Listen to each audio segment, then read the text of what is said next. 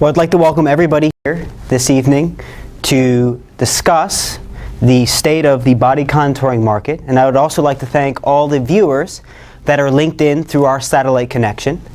The purpose of this event is to elucidate the body contouring market from a technological standpoint, as well as the statistics concerning the growing or burgeoning population of individuals that are seeking this unique and distinct segment of aesthetic medicine. Thank you, Ryan. For those of you that are attending one of our many live workshops across the United States, we're going to go ahead and hand the presentation now over to your local representative, and we'll check back here with Ryan very shortly. For those of you who are attending the presentation via one of our satellite links, we're going to go ahead and continue the presentation now. To take a look at today's agenda, we're first going to discuss the body contouring market outlook. We're going to discuss body contouring trends both at a macro level and a micro level. From there, we're going to move into the body contouring demand online. What are patients searching for online in the body contouring space? And are you positioned correctly by offering the right technology that these patients are searching for? From there, we'll hand it back over to Ryan, whether you're live watching Ryan or you're attending one of our satellite links, where Ryan will discuss a technological overview. He's going to explain to you the technologies available in the body contouring space. He's going to discuss which technologies are actually FDA cleared for body contouring, which technologies have the most peer-reviewed publications, and which technologies offer the best results. After that, we're going to hand it over to the sponsors of the presentation, who are going to give you an opportunity to learn about how you can integrate some of these great products into your practice and start capitalizing on the body contouring market. To jump right in, I'd like to start discussing the body contouring market outlook. When we look back to 1997, there were approximately 939,000 surgical procedures performed, and there were around 740,000 non-surgical procedures performed. The delta between surgical procedures and non-surgical procedures was not that wide. However, when looking into 2012, or what happened last year, we see that 1.6 million surgical procedures were performed, but over 8.4 million non-surgical procedures were performed in the United States. And we'd like to attribute this to an increase in technology and advancement in the products that the patients can get, and also an overall awareness for non-surgical procedures that are available. What's amazing is that since 1997, non-surgical procedures have increased by over 461%, and we see that trend continuing. But to take a step back and really focus on surgical versus non-surgical procedures in 2012, as I mentioned, there were approximately 1.6 million surgical procedures performed in 2012, while there were over 8.4 million non-surgical procedures. What does this tell us? Well, first off, we see that patients are flocking to non-surgical procedures. They're choosing non-surgical procedures at a rate of 5 to 1. This also tells us that patients are 5 times more likely to get a non-surgical procedure than a surgical procedure. Now that we've taken a look at more of the macro level statistics between surgical procedures and non-surgical procedures, let's take more of a micro analysis or micro look at liposuction versus non-invasive body contouring. In 2012, non-invasive body contouring made up over $84 million in revenue. Now comparing this to its surgical alternative, which is liposuction, liposuction made up over $967 million in revenue. However, we believe that you're going to start seeing the green sliver of this pie grow dramatically. So let's take a look at how this revenue breaks down. For the $967 million that was spent on liposuction in 2012, patients fell into one of two categories. The first category is the patient that received liposuction on one area, and these patients were paying on average $2,830. The other category of patients are patients who were receiving full body liposuction, and full body liposuction is typically defined as hips, waist, and thighs. These patients were paying on average $8,085. Now, when looking at the non-surgical alternative to liposuction, which is body contouring, these patients were paying on average $1,103. Now, I know many of you are probably sitting in the room right now or watching this via our satellite feed and thinking, why would I implement or integrate a non-invasive body contouring technology into my practice and have a patient pay me $1,103 when I could get them to pay me $8,085? And that's not what we're saying at all. But what we are saying is, for every one patient that walks through your door who is willing, ready, and able to pay you $8,085 for full body liposuction, there's going to be 5 other patients that walk through your door who do not want surgical liposuction. And they would get non-invasive body contouring because it's safe, it's affordable, and it offers them a solution to their needs with no surgery, pain, bruising, swelling, or downtime. And if you don't have that solution in your practice, the only thing you can do is turn them away. So what we're saying is, you're going to be able to treat more patients by offering both surgical liposuction, if that's something you're already doing now, and non-invasive body contouring. So what does this tell us? It tells us that there's a huge market growth opportunity. When we look at liposuction, which again is the second most popular surgical procedure in this aesthetic space, and with over 313,000 procedures performed in 2012, and we say patients are 5 times more likely to get a non-surgical procedure over surgical procedure, patients are choosing non-surgical procedures 5 times more than surgical procedures, what does this tell us? Sources estimate that this could mean that there are over 1.5 million patients on an annual basis who would consider non-invasive body contouring if they knew a solution existed. Why? Again, non-invasive body contouring offers them a solution to help them meet their goals with no surgery, no pain, no bruising, no swelling, and no downtime. And on top of that, it also offers them a procedure that is much more affordable. There was a great report that came out in the first quarter of 2013 by the Maxim Group, and they said, we are especially positive on the companies that they're covering and they're exposed to the rapidly growing body contouring market. The Millennium Research Group estimated that body contouring procedures are going to increase to 155,000 per year by 2016, which equated to a compounded annual growth rate of over 41%. That's a huge market growth potential. To conclude this section, I want to leave you with this. If over $967 million was spent on liposuction in 2012, and patients are 5 times more likely to choose a non-surgical procedure over a surgical procedure, sources estimate that the body contouring industry could be worth as much as $4.8 billion. In this next section, we'd like to discuss with you the demand for body contouring we're seeing on the internet. Is your practice showing up online when patients search for non-invasive body contouring keywords? Some of you in the room today, or those of you watching by satellite feed, already have integrated non-invasive body contouring procedures into your practice. So my question is to you, are you showing up online when patients 5, 10, 15, 20 miles away are searching for the product that's in your practice? Are you offering the right product in your practice that patients are actually searching for? And then on top of that, are you offering a procedure or a technology in your practice, and are you showing up when patients are searching for keywords that aren't necessarily that product? For example, over 9 million times a month, patients are searching for non-invasive body contouring related keywords that don't have anything to do with a particular product or service.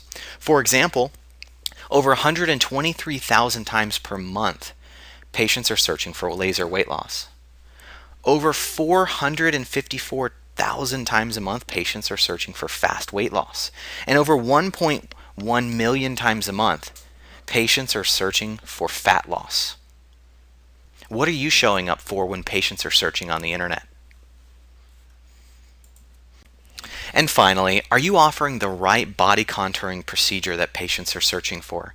You see, there's really two pieces to this puzzle. There's the efficacy or clinical outcomes piece, which Ryan will discuss with you in this next section, where he gives you a technological overview, where he discusses FDA clearances and the results that you can expect and the patient satisfaction you can hope to achieve. However, that's just one piece to the puzzle. The other piece to the puzzle is to make sure that you're actually integrating a technology into your practice that patients are actually searching for. And patients are searching for technologies that they've seen on Dr. Oz, that they've seen on the Today Show, that they've read about in Shape Magazine, Self Magazine. See, you don't want to be the best kept secret on the block. You want to make sure that you're offering a technology that patients are searching for and that you're showing up online when they're searching for that procedure. Thank you very much. And again, thank you to the individuals here in this room as well as those that are connected through our satellite interface. Now we're going to discuss the technological landscape of the non-invasive segment of aesthetic medicine. And we're going to go through all of the technologies that have inundated this market, learn about their mechanism, their utility, and actually discuss in great detail their FDA clearances and are they really cleared for a body contouring application. Now, what guides, ultimately, a clinician's decision to adopt a body contouring technology? Well, just like in any other discipline of medicine, the decision should stem from evidence-based medicine. This is the framework for all clinic-based decisions. This is the framework that validates or substantiates a therapy. All pharmaceutical companies must ensure that their new drug is backed or fortified by evidence-based medicine. And we should have the same standards as it pertains to the body contouring market. Emerging devices should be substantiated or corroborated by evidence-based medicine. But what is the major pillar or predominant pillar of evidence-based medicine? That, of course, is the completion of a placebo-controlled, randomized, double-blinded, multi-centered clinical trial. The type of clinical trial that ensures the clinical efficacy is validated. The safety profile of that intervention is well understood and documented. Without a placebo-controlled, randomized, double-blinded, multi-centered clinical trial, there are confounding variables. And these confounding variables ultimately prevent the true substantiation of a therapy, of an application. We're unable to compare to a group that received no treatment, and we're unable to infer whether or not the treatment was the true impetus or catalyst to a specific disease's resolution or specific clinical outcome. Hence, the completion of a placebo-controlled, randomized, double-blinded, multi-centered clinical trial ensures that when a decision is being made within a clinic, it is the right decision based on the clinical data being presented, the clinical data being published pertaining to that particular form of intervention. And again, we should be holding any body contouring technology to these standards to ensure that the technology that clinicians are adopting, these technologies are ultimately going to provide the type of result that is well documented and deliver those results with an understood safety profile. Now, when we look at all the technologies today on the market, we are inundated with body contouring applications. If you have attended a medical conference, or I should be more specific, an aesthetic medical conference in the recent months, you will see an incredible number of booths of exhibitors within the exhibit hall. As you walk down any one of the aisle, you can see extravagant, overwhelming claims of transformative results in just a little time frame. And you can begin to appreciate the confusion that emerges, the confusion that is cultivated by this aesthetic medicine platform because of all the technologies that have saturated the space. But it is important to really look now at all of these technologies independently to see what types of clinical trials they have performed. And are they actually supported by the pillars or the framework of evidence-based medicine? Do the marketing claims, do they align with, or are they synergistic with, the actual clinical claims? And that's really the purpose of this technological overview. In order to understand how do we investigate each of these technologies, what are the technologies that are actually body contouring based on FDA clearances and clinical publications? And we'll begin to understand and watch a majority of these devices wither away because they're simply not fortified or bolstered by evidence-based medicine. So all of these technologies, the plethora of devices in the previous slide, can really be segmented into two basic categories: skin tightening and body contouring. And if we are truly providing a body contouring technology, well then it is imperative that we're actually delivering a body contouring application rather than simply a skin tightening application. So let's define these two terms first and foremost. A skin tightening application is the delivery of an external source of energy, and it is this external source of energy that modulates the overall structural integrity of the epidermal and dermal layers. Generally, this is through the utilization of heat.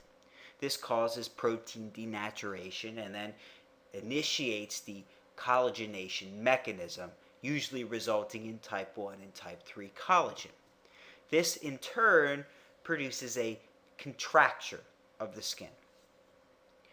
A body contouring application, however, goes after the fat cell, or appropriately named the adipocyte.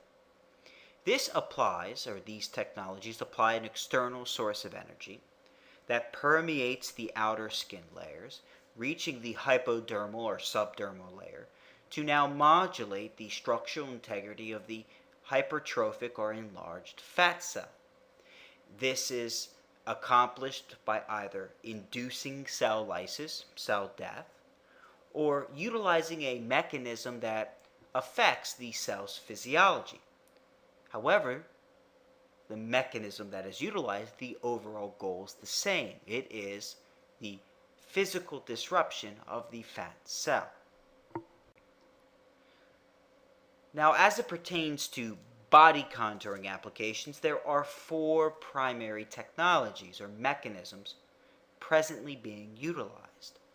There's low-level laser therapy, ultrasonic cavitation, or also we can classify here high-intensity focused ultrasound. There's cryolipolysis, and finally radiofrequency. Collectively, these four mechanisms truly represent the body contouring technologies presently within the space.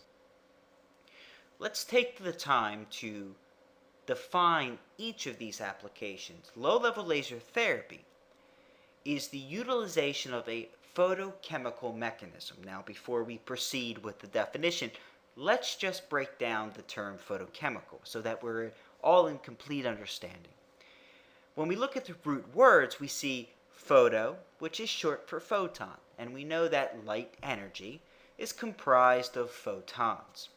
So this is the utilization of photons to affect chemical, meaning the chemical reactions within a cell. So photon, to affect a cell's chemical or biochemical cascades, photochemical.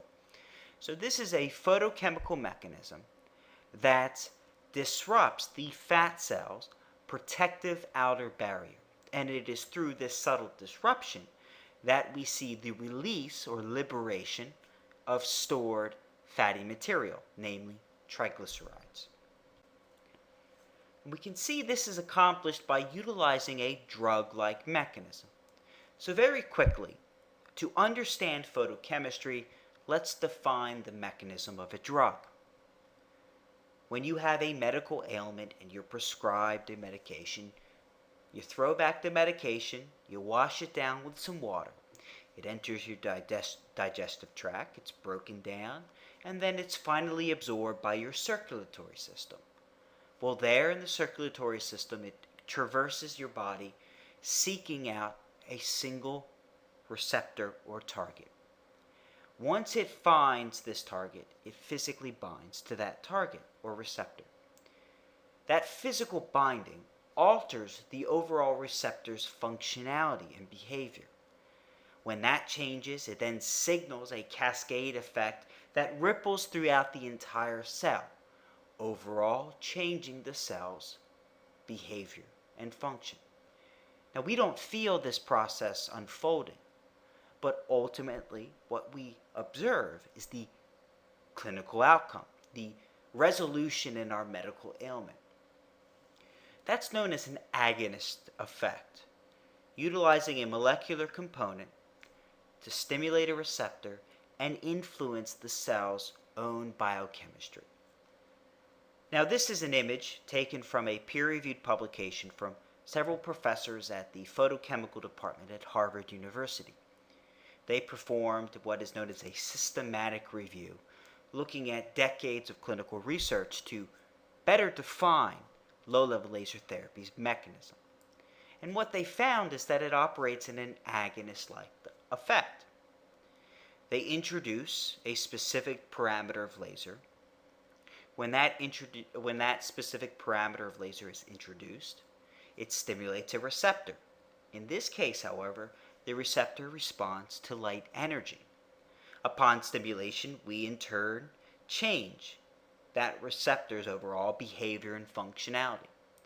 Well, that then affects a secondary cascade within the cell, rippling that signal throughout the entire cell.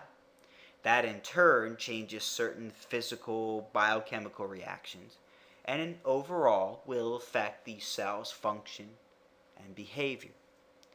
So by stimulating this photoreceptor, low-level laser therapy has the capacity to affect individual cell functionality.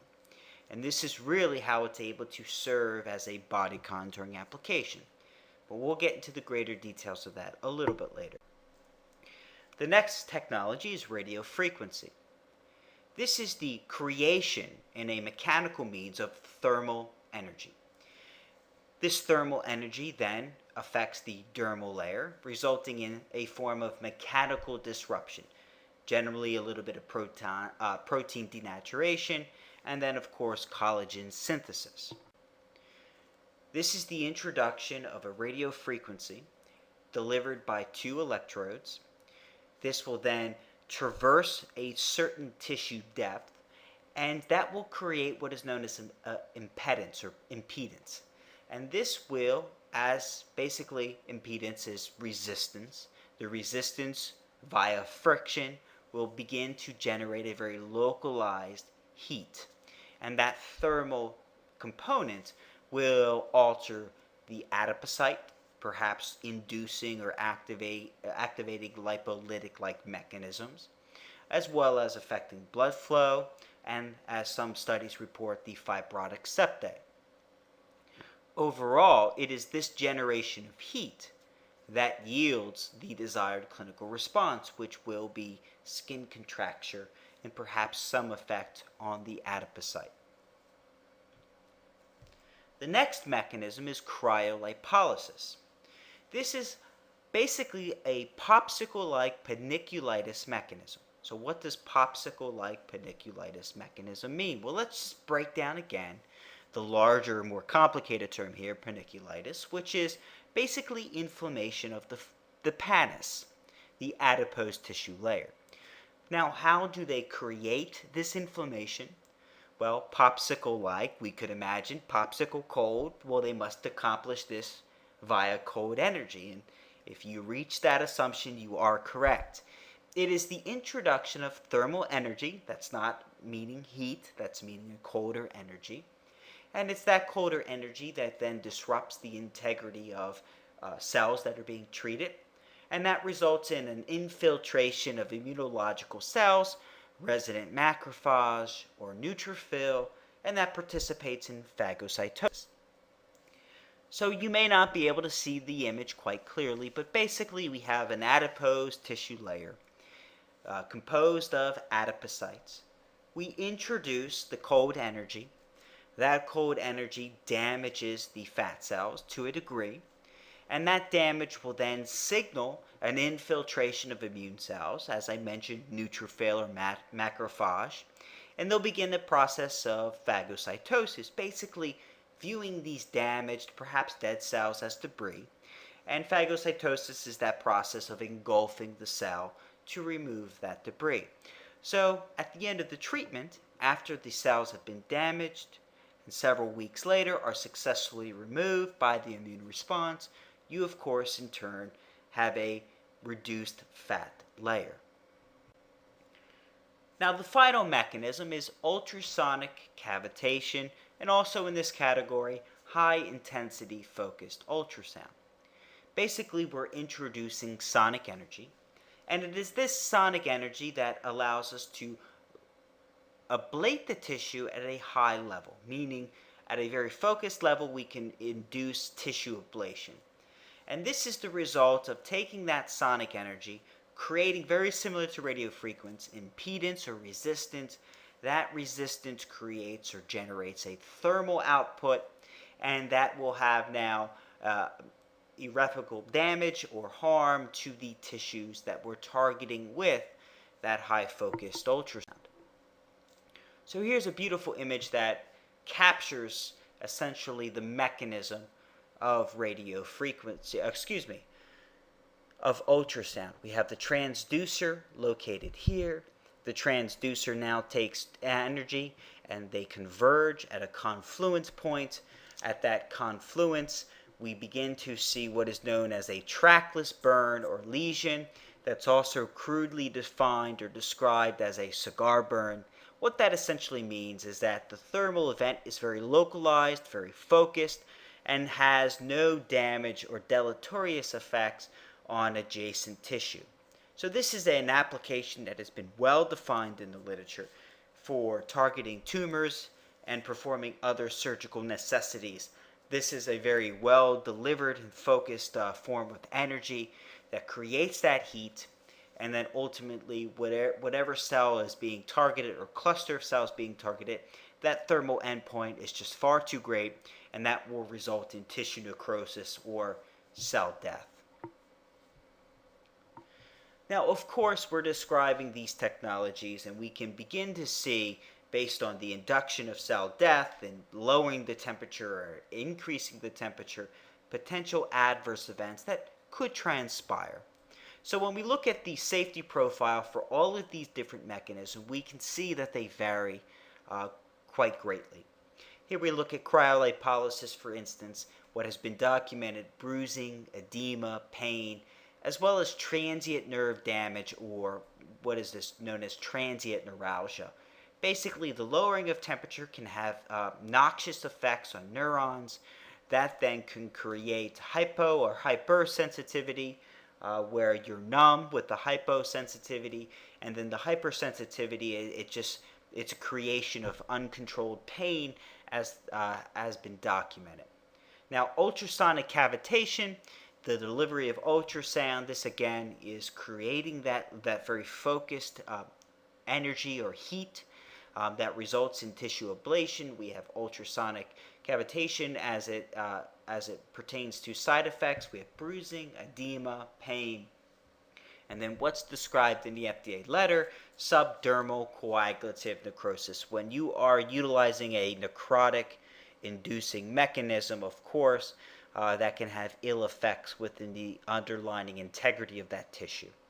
Now finally, radiofrequency, we see that it's rather benign in its mechanism. Only reports of bruising, edema, and pain have been reported. And laser therapy has a rather clean safety profile with no adverse events reported for body contouring. Even taking a step back, low-level laser therapy in many other applications has not reported a single adverse event. Now, what are all these technologies targeting? Now, we've already discussed or mentioned hypertrophic adipocytes, and that's basically describing enlarged fat cells. And that really is the true culprit when it comes to body contouring issues. As an individual becomes overweight or obese, it is really an outcome due to cell expansion rather than cell formation. Fat cells rarely form new cells. This is known as hyperplasia. These cells do not have the ability to form daughter cells, and that's perhaps taking you back to your biology days or biochemical days, but basically cells divide, they replicate, and then they produce two daughter cells from an originating cell. The fat cell does not have that ability. In order for us to get or accumulate new fat cells, stem cells in the area, in adipose tissue, differentiate into preadipocytes, and preadipocytes mature into adipocytes, and then they begin to accumulate new material. That does happen, but it is rare. What often occurs is that this fat cell can expand 1,000-fold in volume, 20-fold in diameter. And this is a consequence of lipid accretions, meaning the accumulation of lipid material, primarily triglycerides. Now, this can occur due to numerous outcomes: poor diet, sedentary lifestyle, or perhaps some genetic disposition or disorder. Many consequences can culminate and produce an enlarged fat cell, or perhaps several billion enlarged fat cells. And this is really what body contouring applications are attempting to target. And we have seen surgical intervention of an invasive light over the decades. Liposuction is the epitome of this. Liposuction has been targeting adipocytes for many years. This procedure goes in with a cannula, aspirates or extracts the material, and what the patient is ultimately left with is a fewer number of fat cells, removing those enlarged fat cells.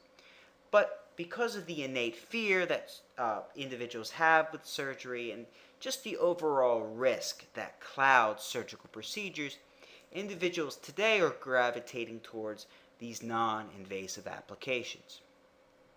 And these applications are attempting to achieve the same outcome. They're attempting to target the enlarged fat cell, but do it in a more subtle mean or a more subtle approach. Now, we had this beautiful list of body contouring applications earlier in the presentation. There are 24, perhaps 36 technologies listed. And these FDA clearances represent all of those body contouring technologies. But here is the fundamental problem with aesthetic medicine, specifically the segment of body contouring, is that device manufacturers or representatives of these technologies apply for FDA clearances, but FDA clearances that have nothing to do with body contouring. And once these clearances are granted, they create these marketing sheets, and these marketing sheets say the next greatest body contouring technology: reduce your thighs, reduce your waist, get rid of cellulite, all of these incredible claims. But yet, there are no clinical studies to support those claims. There's no FDA clearance specifically supporting that claim. This is a systemic misrepresentation that plagues many devices presently on the market for body contouring. As we can see here, devices that are promoting body contouring are only FDA cleared for the relief of pain or improved blood flow.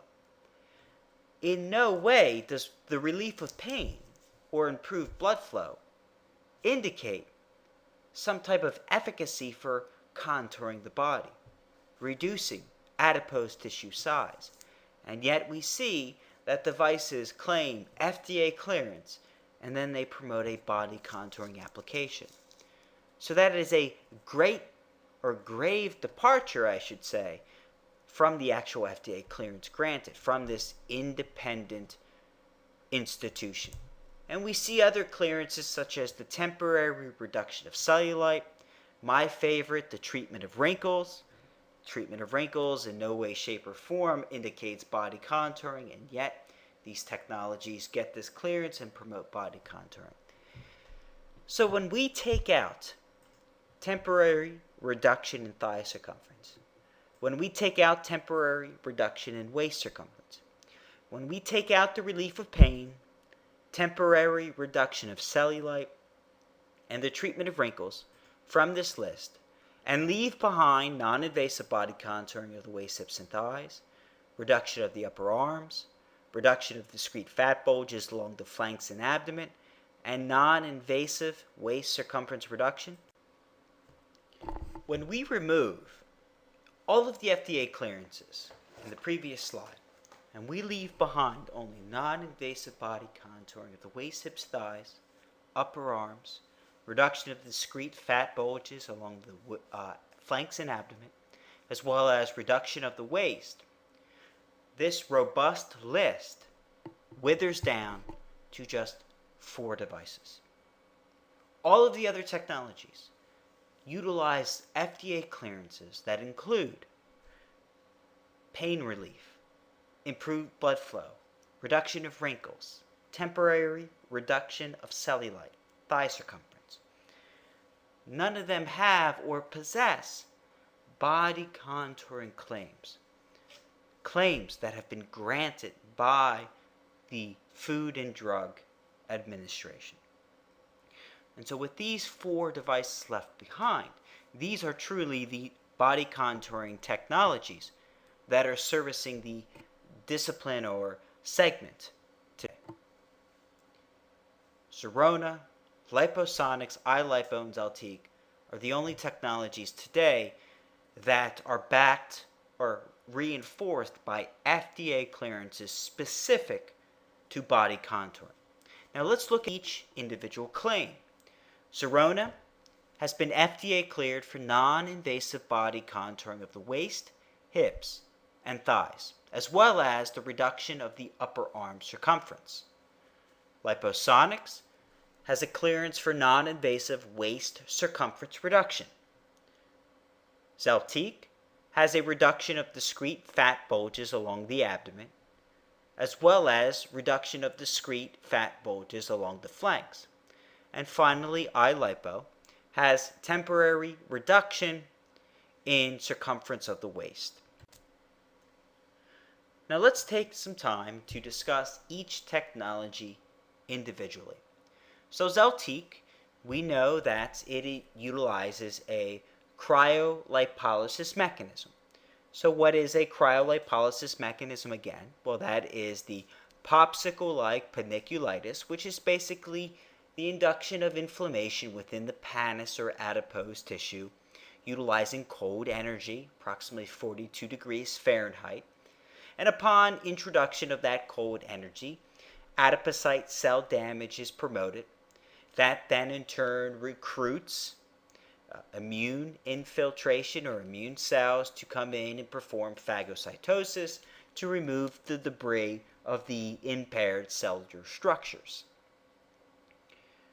Now, we talked about the pillars of evidence-based medicine, the framework of medicine itself.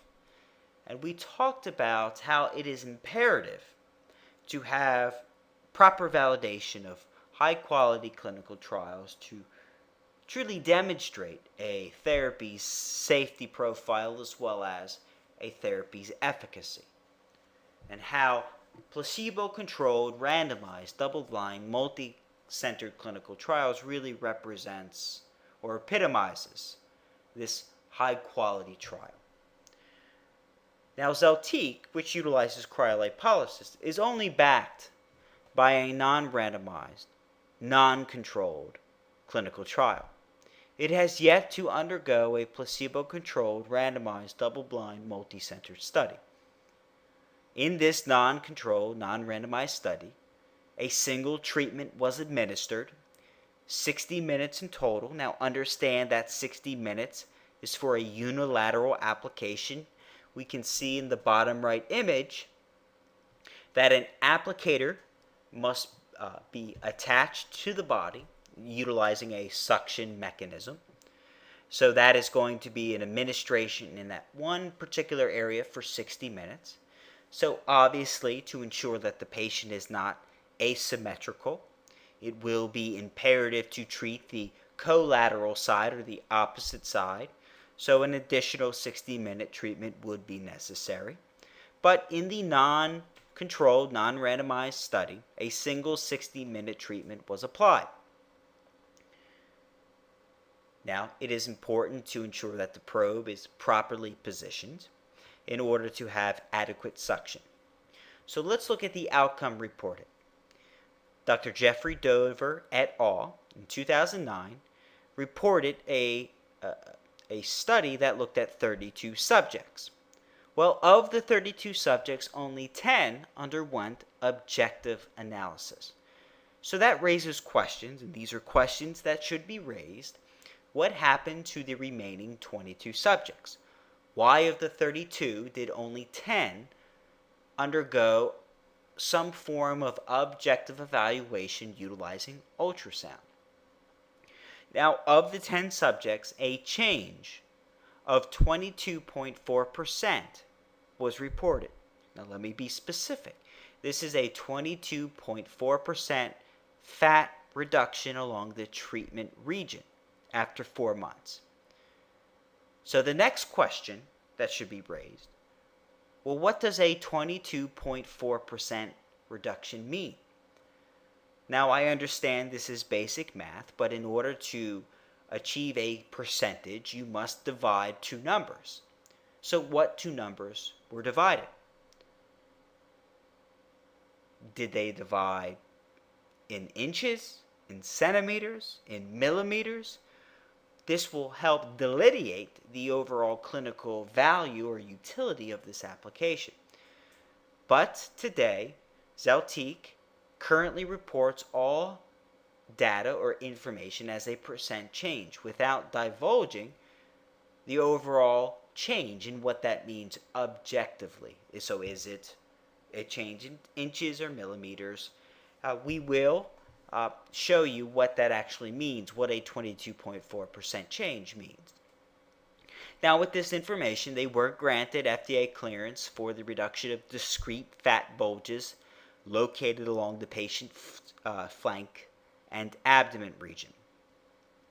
Adverse events include neuralgia, pain, bruising, erythema, edema, potential blistering, and numbness. That's the transient neuralgia that can arise following treatment due to the low temperatures damaging adjacent or local neurons.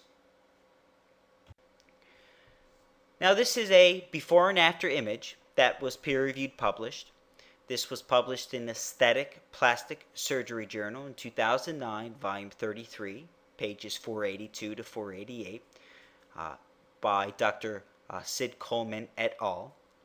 This is a before and after image of a love handle treatment with the fat layer reduction at 6 months. Image on the left was taken prior to the procedure. Image on the right was taken 6 months after.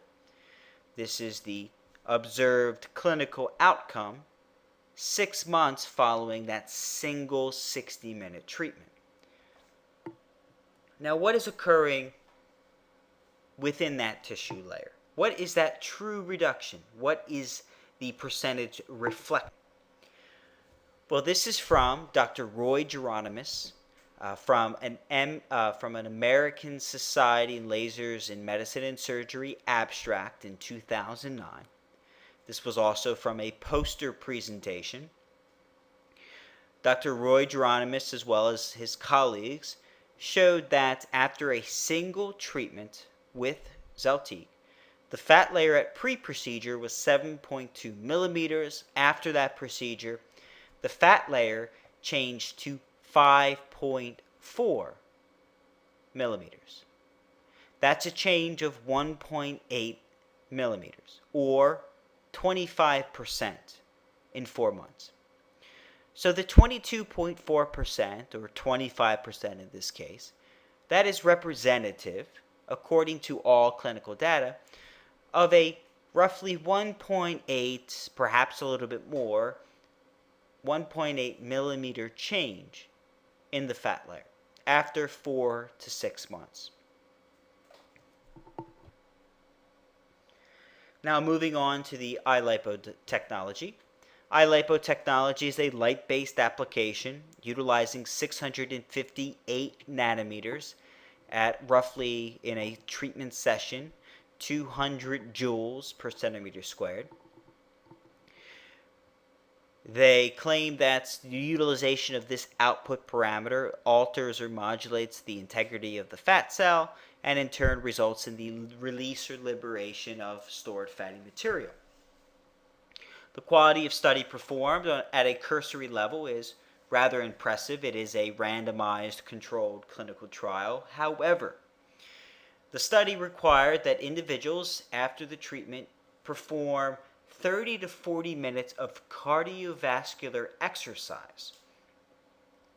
So each treatment was delivered twice a week for 20 minutes, and following the 20-minute treatment, individuals were required to complete 30 to 40 minutes of cardiovascular exercise. Now, I am quite familiar with designing clinical trials. I've designed many clinical trials, and I have implemented many clinical trials. And the goal of a clinical trial is to successfully evaluate an application. And in order to do that, you try your very best to remove as many confounding variables as possible. Variables that may inexorably affect your clinical outcome, either enhancing it or hampering it. And when you remove these confounding variables to the best of your ability, you are objectively and perhaps subjectively evaluating that application. But by encouraging 30 to 40 minutes of cardiovascular exercise, you are intentionally introducing a confounding variable, raising questions regarding the device's effectiveness and the requirement to complete cardiovascular exercise to achieve any type of clinical response. So the study design intentionally introduced a confounding variable, and it does diminish to a great extent the overall reliability of the data presented. Now, according to the FDA clearance, K111501, a reported 2.5 centimeter reduction across the waist was observed at week 4. So after 8 sessions, twice a week, at the 4th week, a reduction across the waist of 2.5 centimeters was reported. Now, based on this information, the FDA granted this technology a temporary reduction of the waist circumference clearance, and no adverse events were reported. Now, as you noticed with Zeltiq or cryolipolysis, I showed before and after images, because I believe it is important to show before and after images. However, it is important to show images that derive from peer-reviewed publications, not from a physician's website or not from the company's website. Hence, I could not locate, utilizing a general literature search on PubMed.gov, a peer-reviewed publication that included before and after images. Therefore, I have no before and after images to show of this technology. So we move on to the next application, which is liposonics. Now, liposonics applies high-intensity focused ultrasound. So this is the introduction of focused sonic energy that creates the trackless burn or lesion, the cigar burn if you will, within the subcutaneous fat layer. Hence, the subdermal coagulative necrosis that results will now in turn result in an immune infiltration, debridement of the area, leaving behind a collapsed or deflated section of adipose tissue. That overall will result in a contouring effect. The trial that was performed was a high quality trial. This was a randomized controlled trial. The treatment phase included a single treatment delivering 59 joules per centimeter squared at 2.0 megahertz in 60 minutes. As we notice in the bottom right image, the technician must move an external transducer probe across the treatment area. According to the FDA clearance letter K100874, which can be found on the FDA's website, the outcome reported was 2.5 centimeter reduction across the waist at week 12. So to reiterate that point, a 2.5 centimeter reduction was observed at week 12 across the waist following a single administration with this technology. So based on this clinical change at week 12, the FDA granted Liposonics a non-invasive waist circumference reduction clearance, again K100874. Adverse events were reported in the FDA clearance letter.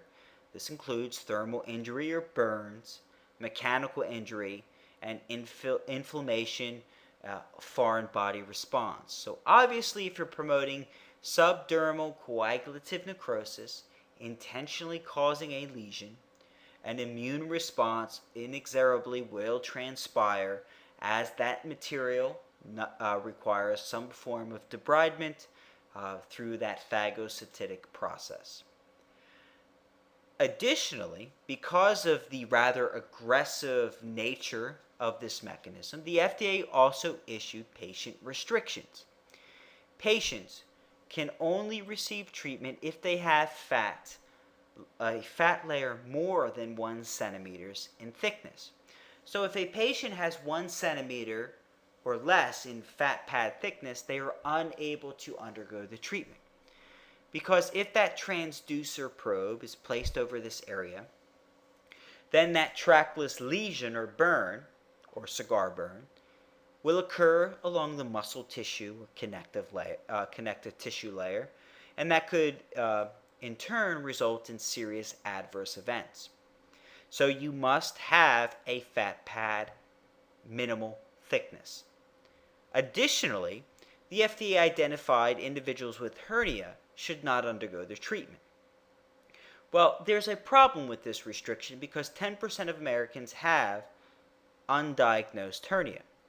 And so ultimately, if you place that transducer probe over the area where hernia is present, and that hernia is now pushing or applying pressure to the subdermal layer, raising that tissue slightly, if that trackless burn or lesion is created at or around the hernia, then that could result in tissue damage and produce serious adverse outcomes. Therefore, the FDA felt that it was necessary to supply in the FDA letter some patient stipulations regarding who is eligible and who is not eligible for the treatment. Now, before and afters of this technology. This is a before and after image from Seminars in Cutaneous Medicine and Surgery, published in 2009, volume 28. This is a 27-year-old female who reported a 5.5 centimeter reduction at week 12. So this is the typical response following the Liposonics treatment. Finally, we have the Zerona technology. This is, again, a laser-based technology that utilizes a specific output parameter of laser, specifically 635 nanometers with a overall treatment dosage of 0.95 joules per centimeter squared. These parameters, when delivered, promote a photochemical mechanism in which the enlarged fat cell's membrane is broken down temporarily. That allows for the stored fatty material to vacate the cell. As a result, what is left behind are deflated, collapsed fat cells. Therefore, the volume that contributes to an obese or overweight person's appearance, has now been successfully removed. The clinical trial performed to evaluate this technology was a placebo-controlled, randomized, double-blinded, multi-centered clinical study, a study that did not include dietary components, did not include supplements, and did not include lymphatic stimulation. Therefore, the clinical trial evaluated an active Zerona and compared it with a sham or placebo Zerona. The treatment protocol includes 6 treatments delivered in 2 weeks, so that's an every other day protocol. So patients received in this study treatments on Monday, Wednesday, Friday the first week, and Monday, Wednesday, Friday the second week. Each treatment requires 20 minutes of anterior stimulation and 20 minutes of posterior stimulation. Therefore, the overall treatment length is 40 minutes, 20 minutes front, 20 minutes back. The waist, hips, and thighs were treated concurrently. After 2 weeks, patients receiving actual laser treatment lost on average 9.1 centimeters. Now that is a collective reduction, so it is imperative to break down the individual measurement points. Starting with the waist, in 2 weeks, subjects reported a loss of 2.5 centimeters. Patients across the hip reported a 2.7 centimeter reduction. Left and right thighs lost 1.7 centimeters and 2.2 centimeters respectively at the end of week 2. So overall, with this photochemical mechanism, patients after receiving 2 weeks of treatment in that second week lost a combined reduction of 9.1 centimeters. As a result, the FDA granted this technology a clearance for non-invasive body contouring of the waist, hips, thighs, and upper arms. FDA clearances K082609 and K121690. In the clinical trial, no adverse events were reported. Now, in looking at the before and after images, this before and after image was taken from a peer-reviewed publication in Lasers in Surgery and Medicine. Jackson et al. 2012 assessed 689 subjects in this peer-reviewed publication. This 23-year-old female demonstrated a reduction of 2.3 inches or 5.8 centimeters across her waist in just 2 weeks. So at the end of the second week, after receiving every other day for 2 weeks, this young lady reported a 5.8 centimeter reduction across her waist. So overall, let's now look at the 4 technologies that have earned body contouring clearances in the eyes of the FDA, that have completed the necessary clinical trials to substantiate the overall efficacy and safety for body contouring of specific anatomical regions. So starting back with the FDA clearances, Zerona is FDA cleared for non-invasive body contouring of the waist, hips, thighs, and upper arms. Zeltiq is FDA cleared for the reduction of discrete fat bulges along the flanks and abdomen only. Liposonics is FDA cleared for waist circumference reduction. And the iLipo technology is temporary reduction in circumference of the waist. Now results. Zerona reduces in 2 weeks a combined reduction of 9.1 centimeters, or specifically talking about the waist, a 2.5 centimeter reduction along the waist in just 2 weeks. Zeltiq reported a 1.8 millimeter change in fat bulges after waiting 12 to 16 weeks. Now, to really put into perspective, what is a change of 1.8 millimeters? Well, your lead pencil tip what you write with your lead pencil, that lead pencil is roughly 1.8 millimeters. So that is the reported change in 12 to 16 weeks. Liposonics reported a 2.55 centimeter change after 12 weeks. And finally, iLipo reported a 2.5 centimeter reduction after 4 weeks. The time for treatment of the waist, hips, and thighs. Zerona delivers 6 40-minute treatments. So in order to deliver or achieve a 9.1 centimeter reduction, it requires a 240-minute time investment on the patient's part, 6 treatments, each 40 minutes in length.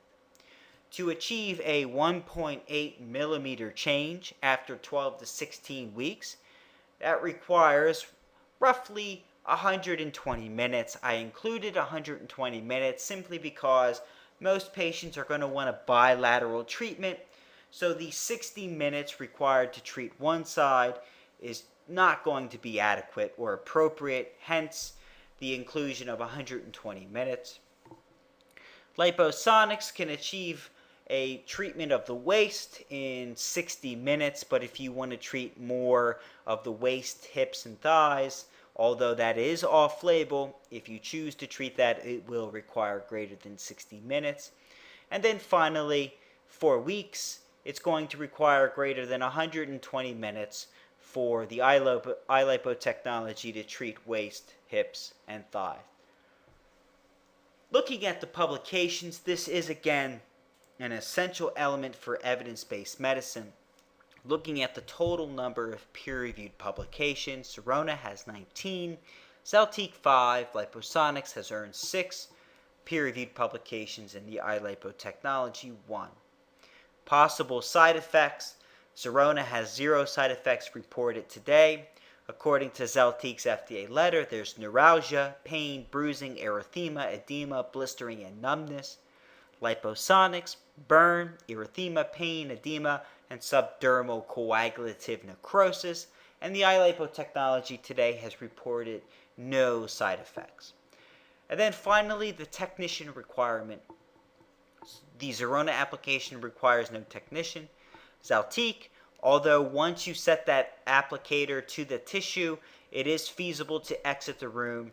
However, once the device detects an inappropriate alignment or the suction has in some way altered, the device will automatically shut down. Hence, it will require technicians to continue to go back into the room to perhaps reinitiate the device or ensure that the suction mechanism is appropriately functioning. The Liposonics technology, as we saw, requires that the transducer probe is moved from one portion of tissue to the next portion, so that is technician dependent. And then finally, the iLipo device does not require a technician. So overall, it was a lot of information, and we're approaching 52 minutes of a great conversation. And so now with this information, you have to evaluate each component independently to determine what technology to adopt. For instance, if you're looking to treat larger individuals or patients that have fat outside of the waist or flanks or abdomen, patients that have fat in the thighs, as well as the waist and hips, as maybe perhaps the upper arms, what technology would be appropriate? If you're not looking to treat all those areas, then a Zeltiq or Liposonics may be appropriate. But if you're looking to diversify your patient base, to recruit a greater number of patients, treating more areas may be appropriate in recruiting new patients or prospective clients. Also, there's the time investment. Are you willing to have the patient commit to more time to achieve the results much faster? Or would you rather have a smaller time footprint but have the patient wait anywhere between 3 to 4 months to see a 1.8 millimeter change or a 2.5 centimeter reduction? This takes into consideration the technician requirements, the time requirements. Can a procedure room be occupied for over 120 minutes, or is a 40-minute treatment appropriate to get that patient in and out? So it's important to weigh out the time commitment and when the result will manifest. For instance, if you are a young clinic and you need a powerful tool in marketing, such as patient word of mouth, having patients tweet on their overall success, well, a 2-week result may be appropriate because you get results quicker. That means more patients are going to be talking about the procedure, about their results, rather than waiting 12 to 16 weeks or 12 weeks for a clinical response to finally manifest before a patient can begin talking about that procedure. And will that enthusiasm be lost because of the time frame? So these are all questions that you have to answer as clinicians before adopting a technology. And then finally, the framework in which each technology stands on. The framework, I should say, of evidence-based medicine. Does the technology have enough peer-reviewed publications? Does the technology have enough clinical validation within the well-defined, appropriate parameters of a level 1 clinical trial? And so based on all of this information, it is from that can you glean what technology will be appropriate. And it comes down to the due diligence. Not trusting the sales representative. Although we love our sales representatives, they're honest, hard workers. It's asking for the publications. It's asking for the FDA clearance letters. It's actually reading the information yourself to reach certain conclusions. That's where you're going to understand the true potential of an application, its true efficacy, its true safety profile, rather than trusting the marketing literature or the sales representative. Getting to the heart of the data, dissecting that data so that you can truly appreciate the limitations and potentiality for these treatments. So with that being said, as we approach now the 56-minute time point for the technologies conversation, I hope I was able to elucidate overall what technologies are on the market and what technologies have actually been validated for the body contouring application. So I really do appreciate your time, your attention, and due to time's sake, I'm more than happy to answer any questions at the end of the conversation, but no, at this time we're going to move into the sponsored portion. So I'd like to thank you again for your time, and I look forward to any future questions that you may have. Thank you very much.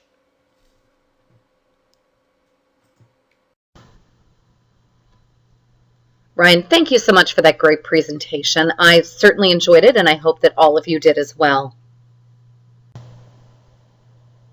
Hello, everyone. My name is Kelly Guest, and I am the Director of North American Sales for Primcogent Solutions.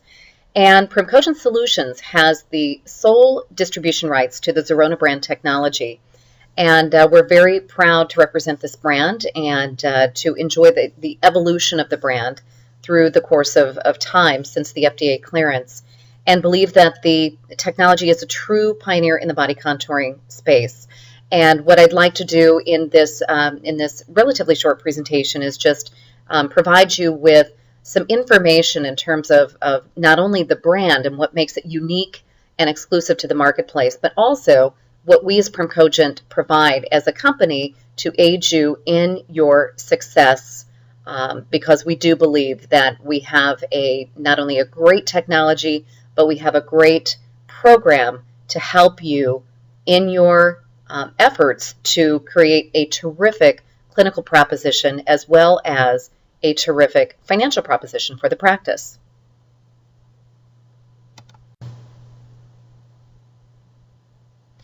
Because of the popularity and the unique nature of the technology, Zerona has enjoyed a number of media spots, whether that is via television or print media. And these are just some examples of some of the programs and magazine articles that where the brand was featured. Programs like The Doctors, Dr. Oz, Nightline, Today, Good Morning America, and so on. So what this means is that the media is interested in current and exciting things to share with consumers, and Zerona definitely fits into that criteria. And what that translates to is the fact that it creates a market, an excited market of patients who will actively go out and find clinics to where they can seek out these types of treatments. What you see on this slide is a quotation from one of our customers, and this is actually a multiple location medical facility, and they've just added a number of additional Zeronas to their locations just since December of this year. But this was a quote that they had given to Fox News, and I will quote them as saying, "We've been blown away by the success we've had. The treatments change lives and confidence as well as physical appearance." And this is a quotation I think that you could probably hear from the vast majority of our customers.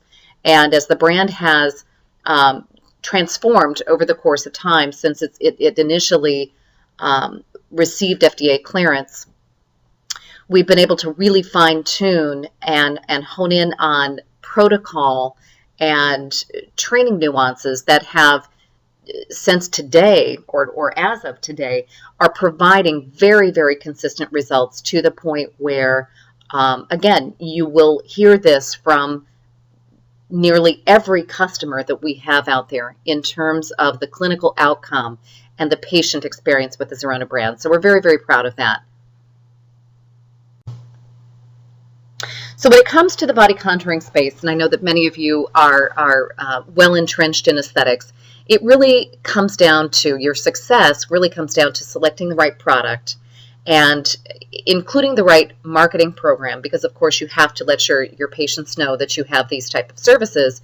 If you can do that and meld it well, that's going to equate to revenue. And at the end of the day, I know that that's what we're here for. We're here to provide a great clinical proposition as well as an excellent financial proposition for the practice. So you take market demand, you select a technology that is valid and a marketing program to get you there, and again, that's where you see success. And hopefully I'll be able to illustrate the way that Primcogent Solutions and the Zerona brand will help you achieve all of those things. I recognize that many of you probably have some level of non-invasive body contouring technology in your practice. Some of you may not.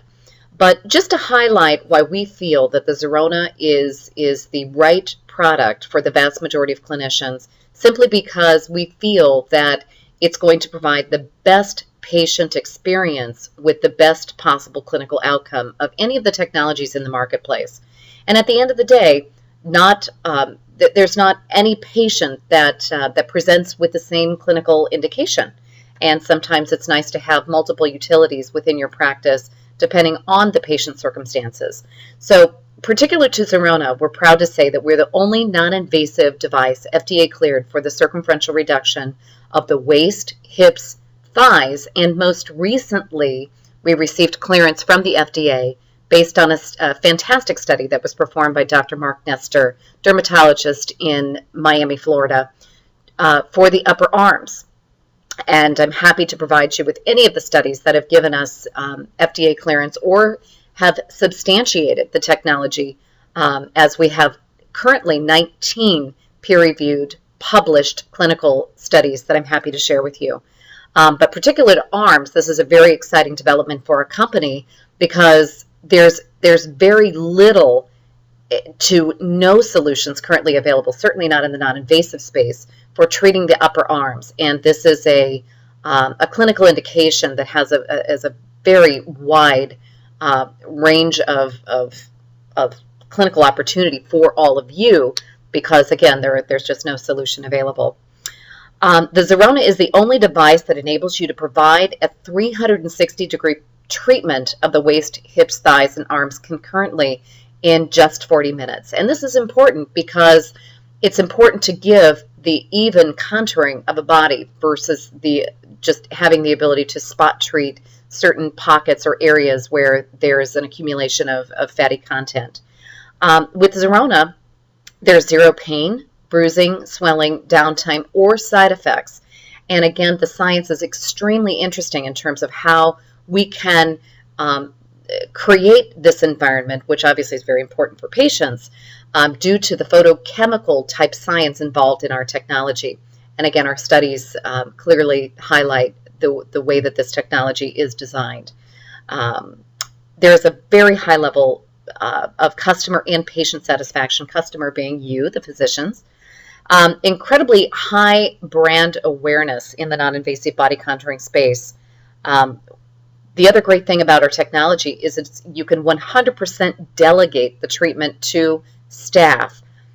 Because of the simplicity of the way that the system is designed, it is pre-programmed, and one of the best features is that it's unmanned. Once you get the patient settled on the table and you get the diodes set appropriately from the focal distance of the laser aperture to the patient, you literally press go, and the treatment is unmanned for 20 minutes. Once 20 minutes of treatment has gone by, it will shut down, and the laser clinician will have to go back in there. The patient will turn over, and you'll set the diodes again, and then press go, and the patient is treated for another 20 minutes for a total of 40 minutes. We have a low-risk rental model that I'd be happy to share with you. We have the opportunity to purchase it. It just depends on your patient profile and the volume that you might have within your practice. But we recognize that in this economy that there are challenges that do exist, and that not all two clinics are the same. And so we've tried to come up with programs that will work for every scenario, whether it is an opportunity to get into the market or to utilize the technology for a period of time that you're comfortable with an out clause, if you will, or we do have some aggressive pricing programs that are available as well. And I'm going to talk about that a little bit in the back end of the presentation. And again, it just presents incremental revenues and terrific profits for the practice.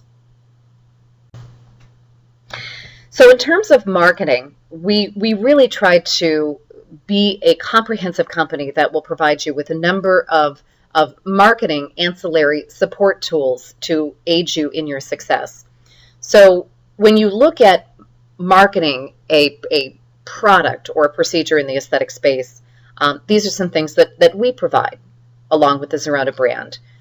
Search engine marketing, search engine optimization. We have a number of items that will assist you in your social media, and we all know that social media is certainly growing in popularity and has become a wonderful way to advertise your clinic and your services. Public relations, we can help you with things like that. We have a marketing concierge program, which I'll highlight here in an upcoming slide. We have pre-made television commercials that you can use, and we can certainly help you customize those to work for your practice. And we have internal marketing materials as well. So in terms of the internal marketing materials, these are some things that we will provide our customers, such as patient brochures, acrylic stands with inserts, media highlights, with a DVD that we've compiled, custom direct mail campaigns. We can assist you with that.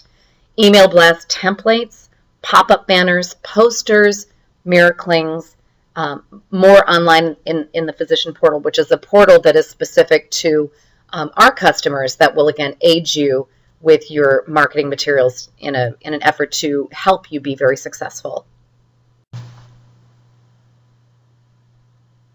So I'll go back to a statement that I made earlier, and I think this is obviously elementary and evident to everyone, that success in your ability to earn revenues are going to 100%, it's based on selecting the right product and the right marketing program and or the right marketing partners to help you in your revenue generation mission. Primcogen Solutions has selected a partnership with Yodel, and I know that many of you may be familiar with Yodel, but what they do is they do an amazing job at search engine optimization and search engine marketing for companies. And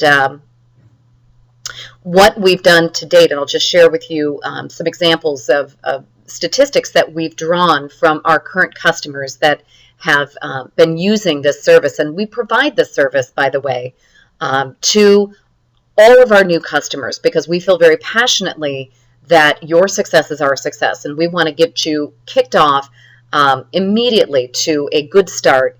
And this relationship that we have developed with Yodel and the services that we're providing at our cost have proven to be just that. So when you look at these statistics that we have been able to draw from our experience with Yodel, that there are in any given local market, there are approximately 5,000 patients per month searching for non-invasive body contouring procedures, such as Zerona. Of those patients, and particular to our customer base, because of the way that Yodel has helped our customers leverage their search engine optimization and search engine marketing on the internet, the average practice is receiving approximately 27 patient calls per month.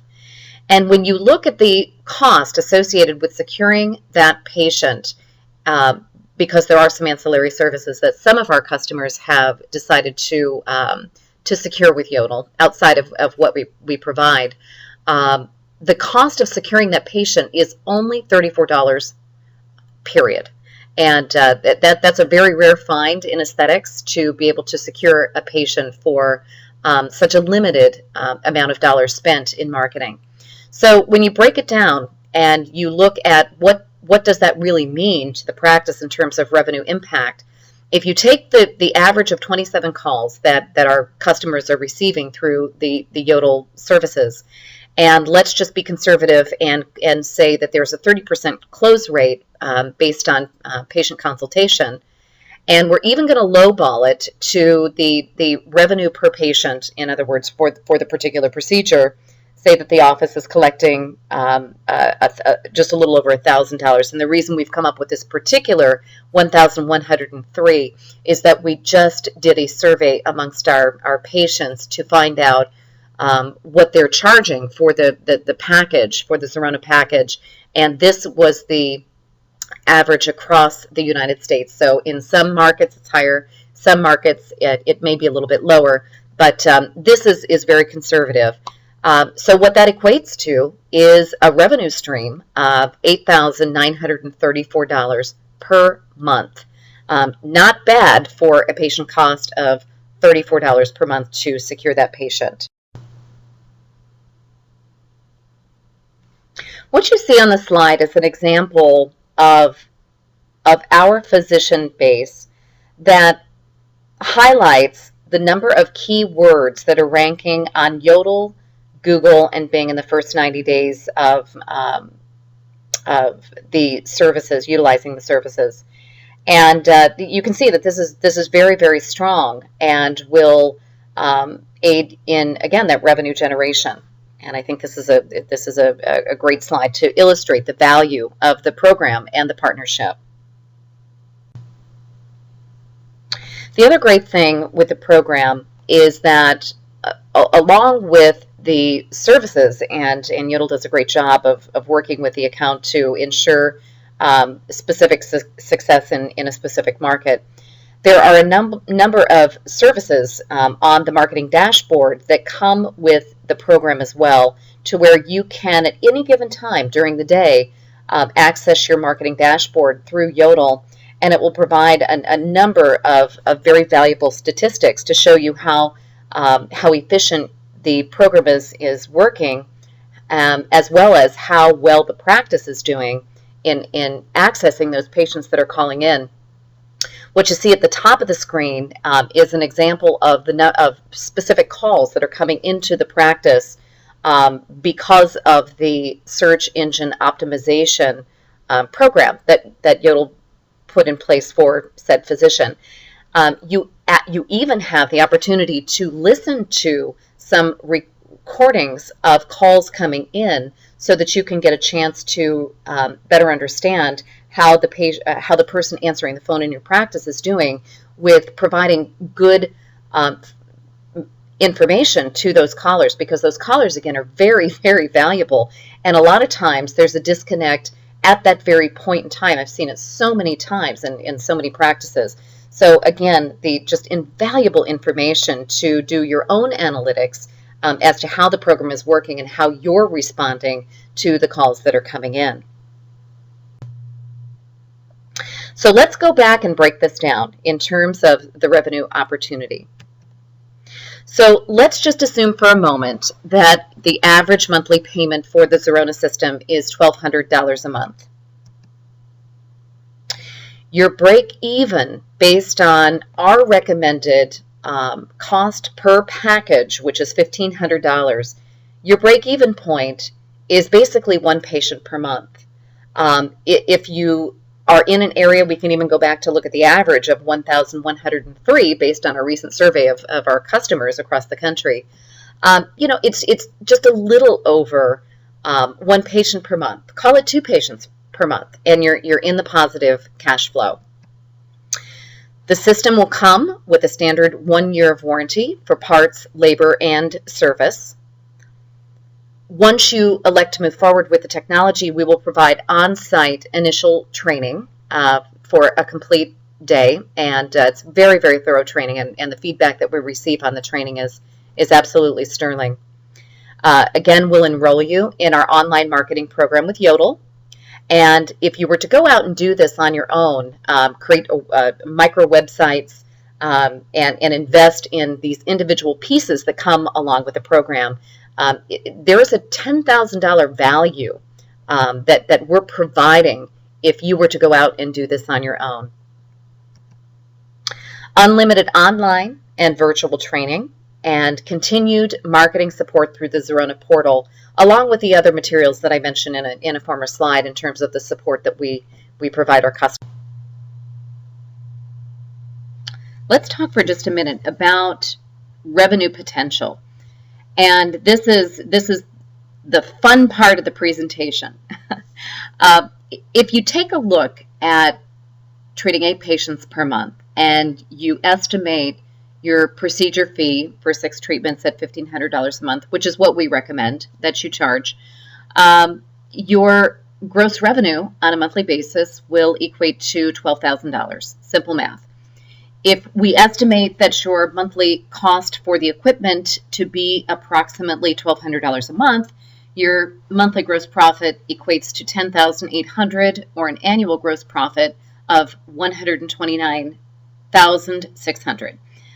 Break-even point, 1 patient per month. Playing it conservative, call it 2 patients per month, because we do recognize that in some markets, $1,500 may be a little bit strong. If we take a look at the model at 10 patients per month, and we factor that out, you're looking at a monthly gross profit of $13,800 and an annual gross profit of $165,600. If you treat 20 patients per month, and remember, going back to a slide that I shared with you, where the average clinic is receiving approximately 27 calls per month from patients inquiring about the Zerona services based on our relationship and support with Yodel. It's very easy to get there. That doesn't include any marketing services that you'll do from within the walls of your own practice. Look at the revenues. Monthly gross profit jumps up to $28,800, and the annual gross profit jumps up to an impressive $345,600. Again, I'll go back to 1 to 2 patients a month, and that is your break-even point. Anything beyond that is pure revenue for the practice. So I appreciate the opportunity to speak to all of you today, and again I sincerely hope that you've enjoyed the presentation. And again, my name is Kelly Guest. I'm the Director of North American Sales with PrimCogent, and I've provided my contact information should you elect to reach out to me, and I certainly hope that you do. Cell is the easiest way to catch me at 972-523-1926, or email at kguest@primcogent.com.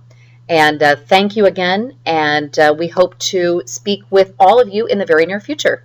Take care and have a wonderful day.